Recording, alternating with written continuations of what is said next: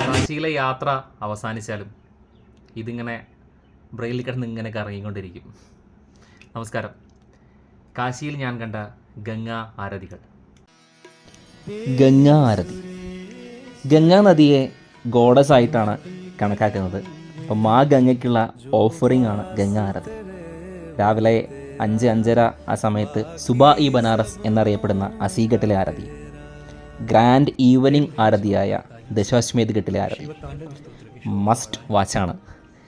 അത്രത്തോളം ക്രൗഡഡ് അല്ലാതെ ഗംഗാ ആരതി ആസ്വദിക്കണമെന്നുണ്ടെങ്കിൽ രാജേന്ദ്ര പ്രസാദ് ഘട്ടിലും രാജ്ഘട്ടിലും കേദാർ ഘട്ടിലും ആരതികളുണ്ട്. ഒരു 45 മിനിറ്റോളമാണ് ദൈർഘ്യം ഉണ്ടായിരിക്കുക.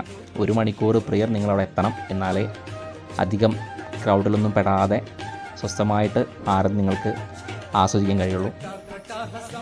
ആരതി തുടങ്ങിക്കഴിഞ്ഞാൽ യോഗയും ഡിവോഷണൽ മ്യൂസിക്കും പ്രയേഴ്സും ഒക്കെ ആയിട്ട് ഇതിൻ്റെയൊക്കെ ഒരു ബ്ലെൻഡ്, പുരോഹിതന്മാരുടെ മന്ത്രോച്ചാരണങ്ങൾ, ബ്രാസ് വിളക്കുകൾ, മറ്റൊരു തലത്തിലേക്ക് നമ്മളെ എത്തിക്കുന്ന ഒരു അനുഭവമാണ്. ഡിവോട്ടീസ് മാഗംഗയുടെ ബ്ലെസ്സിങ് നേടി ഒരു ഇന്നർ പീസ്, ഒരു മനഃശാന്തി, അങ്ങനെയാണ് ഗംഗാ ആരതിക്ക് എത്തുന്നത്.